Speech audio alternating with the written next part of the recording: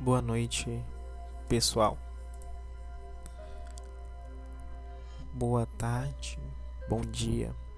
Não sei qual horário que você vai ouvir esse áudio,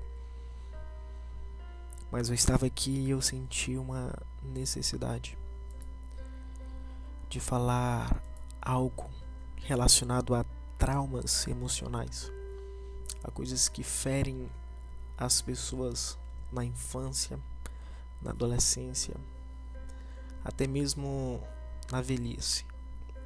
Não há um tempo exato para se ter um trauma. Alguns têm antes, outros têm depois. Porém, a única forma de ser tratado, existem as formas que nós usamos, que é contratar um psicólogo, conversar com ele, porque querendo ou não, existe a ciência. O ser humano ele é dotado de uma inteligência, por mais que nós não usamos uma capacidade alta do nosso cérebro, o pouco que nós temos dá para ajudarmos a outras pessoas. Porém, existe outra forma que é a melhor forma, que é você ser tratado pelo Pai. É você ser tratado por Ele. Todos os seus traumas, os seus medos. E o Senhor ele me deu aqui um versículo em Êxodo, capítulo 2, versículo 13 em seguinte. No dia seguinte, saiu e viu dois hebreus brigando. Então perguntou ao agressor: por que você está espancando o seu companheiro? O homem respondeu: quem o nomeou líder e juiz sobre nós? Quer me matar, como você matou o egípcio? Moisés teve medo e pensou: com certeza, tudo já foi descoberto. Quando o faraó soube disso, procurou matar Moisés, mas este fugiu e foi morar na terra de Midian. E ali assentou-se à beira de um poço. Queridos irmãos, esse texto foi um texto que o Senhor acaba de me dar. Não foi um texto que eu estava passando a Bíblia e achei, não. O Senhor ele me deu esse texto. E o texto mostra bem claro um erro que Moisés comete em matar um homem que estava agredindo o seu povo. E ele esconde aquele pecado dele. Só que para ele ninguém sabia. Mas quando ele vê dois egípcios brigando, ele chega até eles e diz: por que eles estão brigando, estão se espancando? E um daqueles vai lá e questiona ele, fala: rapaz, você quer me matar também? Você matou o outro, agora você quer me matar também? E a Bíblia deixa claro: Moisés teve medo e pensou: com certeza tudo já foi descoberto. E Moisés sentiu uma necessidade de fugir. E querendo ou não, queridos irmãos, Moisés ele cometeu um erro que provavelmente aquilo o deixou um pouco agitado. A princípio ele pensou: rapaz, eu vou esconder isso aqui e vou continuar vivendo aqui. Mas quando ele viu que descobriram o que ele fez, ele teve medo e ele fugiu. Ele não teve coragem de chegar até ao faraó e dizer: rapaz, eu bati nele, eu sem querer, eu fui até ele e não suportei e bati nele e acabei matando ele sem querer.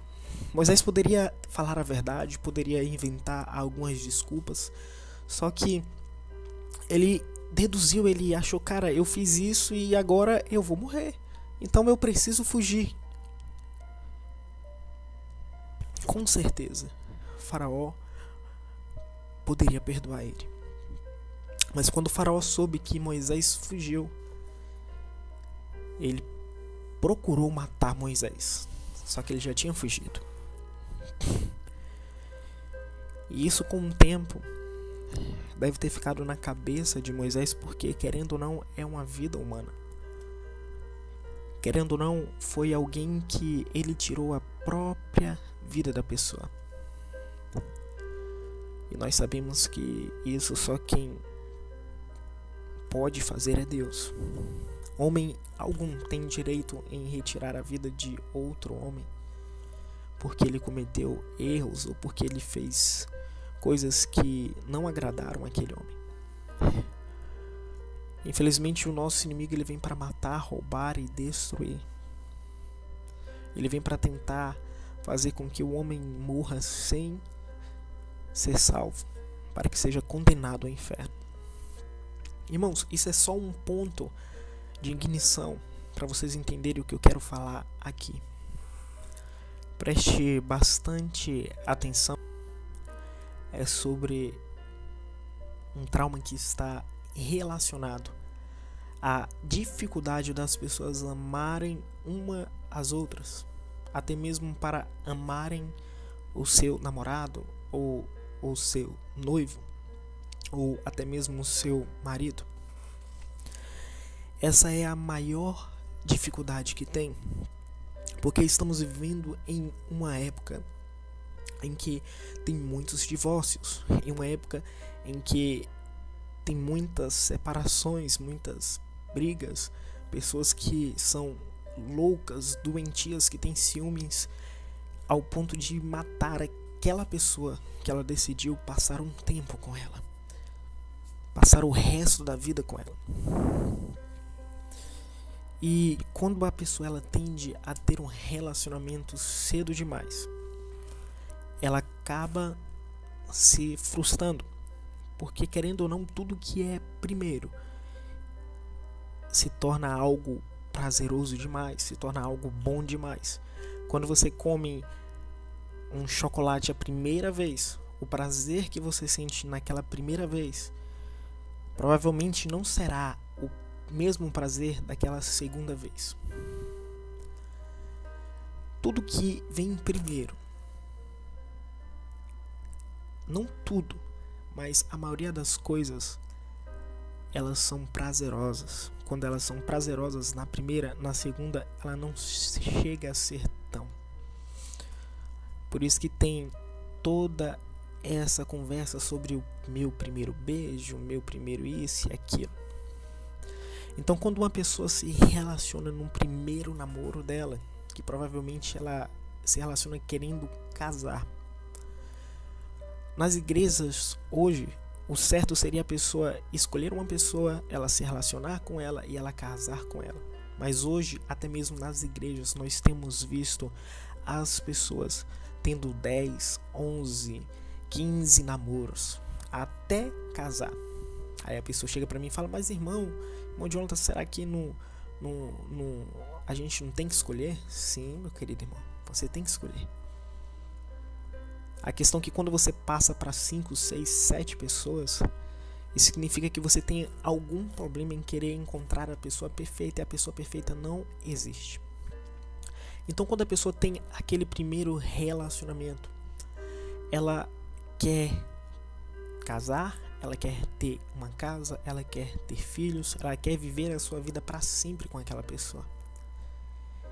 E quando isso não acontece, ela acaba se frustrando, ela acaba sentindo aquela frustração. Poxa, eu pensei que seria ela, eu pensei que seria ele, que eu iria me casar, que eu iria ter filhos, que eu viveria a minha vida feliz.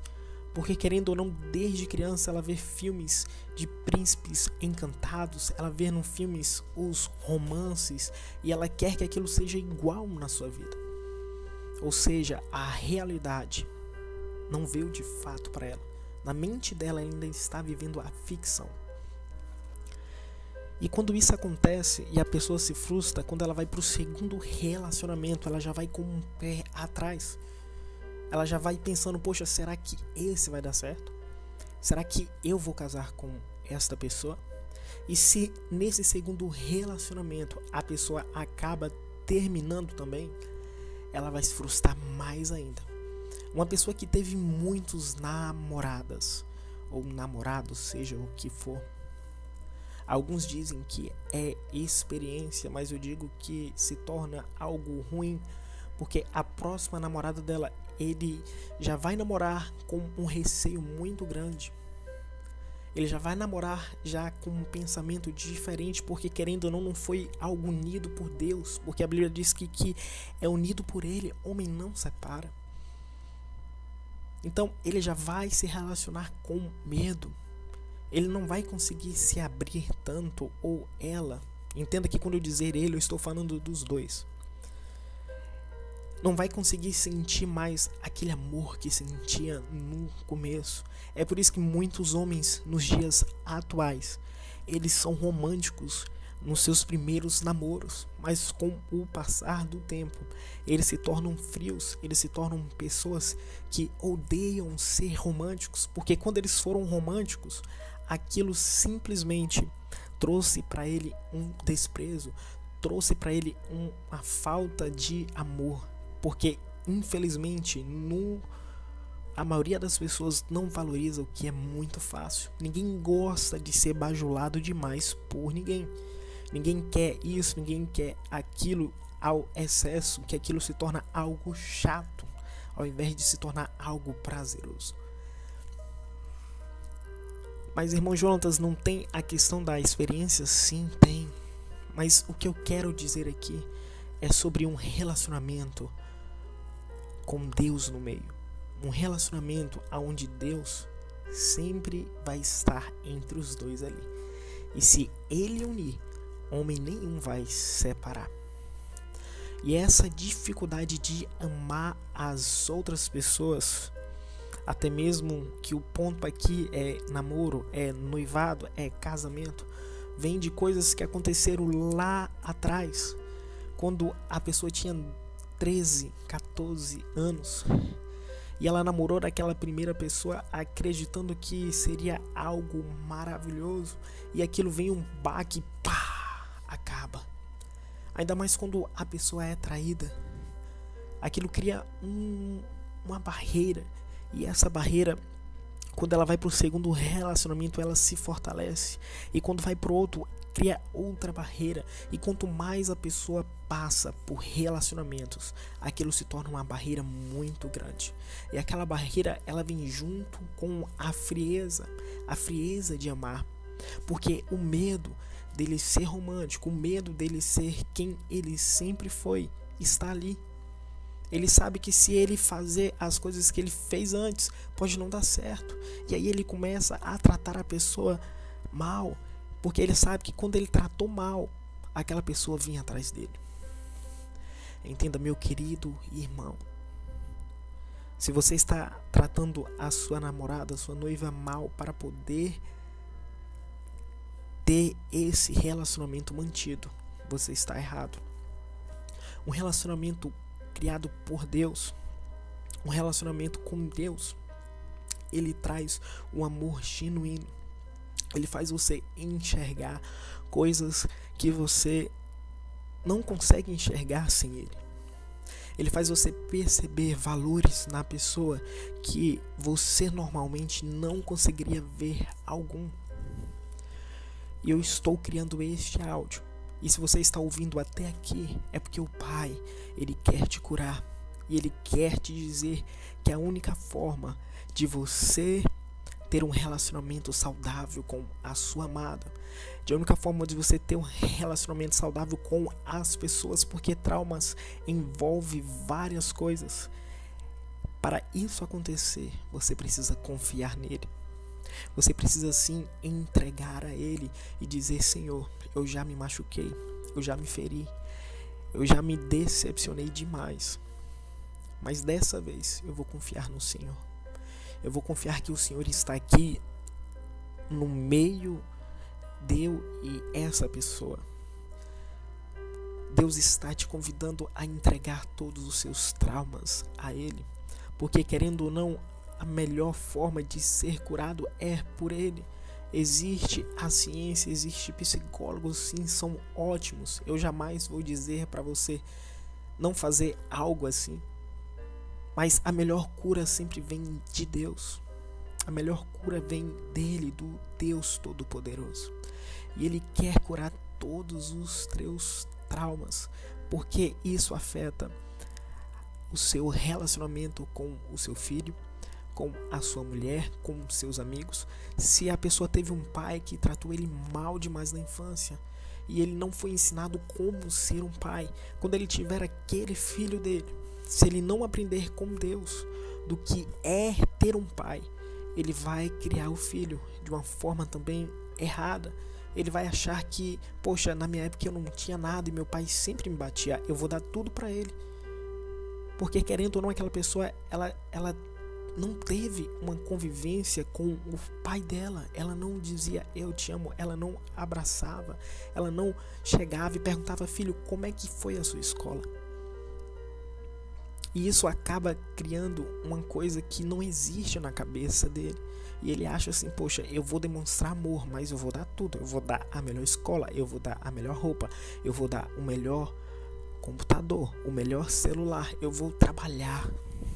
Você vê pais se desgastando loucos porque sofreram, porque não tiveram condições, os seus pais não tiveram condições de darem a eles os presentes que eles queriam, de darem a comida que eles queriam, e eles de repente chegam e vão com tudo trabalhar para poder dar tudo que seus filhos querem. Só que na verdade o que eles realmente querem é serem amados. É um bom dia, filho, é um eu te amo, é como foi a sua escola. Vem cá, filho, vamos conversar. Olha, eu vou contar uma história da minha infância, foi assim, assim e assim. Se isso acontecer com você, meu filho, olha, isso é normal, viu? As pessoas são assim, cuidado. Elas querem ser uma super mãe, um super pai e proteger o filho de tudo. Em dar um celular, em dar um desenho, filmes para entreter a criança, para ela ficar ali quietinha. Ela não quer passar um tempo, ela não quer vivenciar ali, conversar, falar, ensinar. Ela só quer que a criança fique quieta, que ela trabalhe e compre mais brinquedos, mais isso, mais aquilo. Com o tempo, querido irmão, o seu filho sentirá uma falta de amor, sentirá uma necessidade de se relacionar com você, e quando ele olhar para um lado, para o outro, ele vai ver só brinquedos, vai ver só jogos. Aqueles jogos se tornarão viciantes, porque querendo ou não foi o que desde criança entreteu a eles. Isso vem de alimentação, vem de tudo, queridos irmãos. Você precisa ensinar os seus filhos a se relacionarem com Deus. E vocês precisam aprender com Deus como se relacionar com seus filhos, como se relacionar com as suas esposas. Porque se o seu casamento, o seu namoro está indo por água abaixo, você precisa se entregar a Ele e dizer: Pai, eu confio em Ti, eu preciso de Ti, tira de mim todos os meus traumas, tudo que foi criado na minha infância, tira, me ensina como é ser um bom marido, me ensina como é ser uma boa esposa, um bom pai, uma boa mãe. Oh Espírito Santo, me ensina, Senhor. Por mais que eu não tenha filho, ainda me ensina a ser um bom pai futuramente. Me ensina a ser um bom marido, pai, um bom namorado. Eu, por exemplo, fui uma pessoa que tive muitos namoros, irmãos. E isso, no começo, era uma pessoa extremamente romântica. E eu lembro que eu dei a primeira carta a uma garota e ela pegou aquela carta e rasgou. Aquilo me machucou tanto, me feriu tanto, e eu fiquei sem entender o porquê daquilo. Depois, uma certa vez, eu pego e dou uma flor a uma namorada e ela não valoriza aquilo, e eu disse assim: cara, eu pensei que mulheres amavam flores, e eu prometi a mim mesmo: eu jamais vou dar flor para mulher alguma. Aí passa mais um tempo, eu quebro aquele trauma, e eu resolvo dar uma flor a outra menina. Quando eu dou essa flor a outra menina, aquela menina, no outro dia, o colégio viu, num dia, o colégio todo viu eu dando a flor. No outro dia, aquela menina beijou o ex-namorado dela na frente de todo mundo. Eu não aguentei. Eu saí chorando na frente de todo mundo. E eu prometi pra mim mais uma vez: pai, eu não vou dar flor a mulher alguma. Eu não quero dar flor a ninguém, porque toda vez que eu dou isso acontece. E aquilo foi criando traumas em mim, e eu fui pulando para outros relacionamentos, para outros, e eu simplesmente comecei a não me importar, a tratar mal, a não se importar em dizer um eu te amo, a não se importar em perguntar a como foi o dia, porque querendo ou não, quando eu fazia isso, parecia que elas gostavam mais de mim. E isso criou uma barreira muito grande.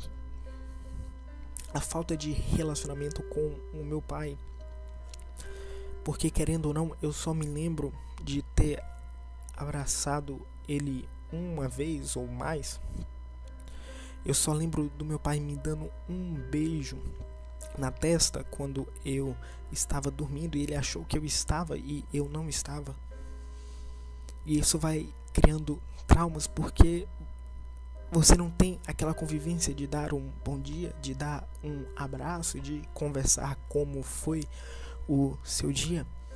E aquilo vai criando barreiras. Quando eu completei os meus 11 anos de idade, o meu pai, por ter não receber feliz aniversário ou por receber surras no aniversário dele, ele criou uma barreira nele também. E quando chegava o meu aniversário, ele fingia que não tinha, ele fingia que não existia aquilo. Ele não conseguia quebrar aquela barreira. E aquilo foi me machucando, me ferindo. E chegou um certo ponto que eu tomei raiva de datas comemorativas. E eu disse assim: isso é só mais um dia. Eu dei aniversário. Eu passei a odiar aniversário. É tanto que até para mim desejar feliz aniversário a outras pessoas, eu comecei a ter um certo tipo de dificuldade a lembrar datas, porque se tornou datas que não eram importantes para mim, porque se meu pai não se importava, porque eu deveria me importar. E aquilo, com um tempo, foi só me magoando, e eu comecei a esquecer datas de aniversário de minha mãe, de minha avó, de meu irmão. E como meu pai me ensinou daquela forma, eu também não dava feliz aniversário a meu irmão, a ele também eu não dava. E só agora, quando Deus está me tratando aos poucos, Ele está curando todos os meus traumas para eu não cometer o mesmo erro com os meus futuros filhos, Ele está me ensinando a ser uma pessoa melhor. E como ele disse para mim hoje: filho, confia em mim, deixa eu tocar em ti, deixa eu resolver todos os seus problemas, os seus traumas, deixa eu curar as suas feridas, porque só eu posso curar as suas feridas. Eu quero te fazer enxergar como é o valor das pessoas. Eu quero que você enxerga a importância para elas de um aniversário. Não comete os mesmos erros. Não comete. Porque a próxima geração, irmãos, que está por vir, será uma geração ungidos por Deus, uma geração que terá um relacionamento com Deus desde criança, e já está acontecendo. Você vê algumas crianças que elas já são criadas por pais que são cheios do Espírito Santo, e elas são ensinadas a aquietar a alma, a orar, a jejuar, a falar com Deus. E essas crianças serão um impacto muito grande na próxima geração. Entenda, nós precisamos ser moldados. Os demônios, a vida e os demônios também influenciam em tudo para tentar criar problemas depressivos, ansiedades, problemas dentro de você. Porque mesmo que você passe pela a primeira barreira, que é os problemas da vida como contas ou roupas ou coisas que assim não tem muito a ver, quando você passa por este nível e vai para o segundo nível, você começa a olhar para dentro de si e você começa a ver coisas que precisam ser curadas, coisas que precisam ser tratadas. Deus, ele te convida, ele diz para você: filho, deixa eu te ensinar a ser um pai, deixa eu te ensinar a ser um bom esposo, deixa eu te ensinar a se relacionar com seus amigos, deixa eu te ensinar a ser amoroso, a amar como eu amei. Permita Deus curar os seus traumas, as suas feridas. Eu dou uma boa noite, bom dia ou tarde a todos. E eu agradeço por ter ouvido até aqui. Até mais.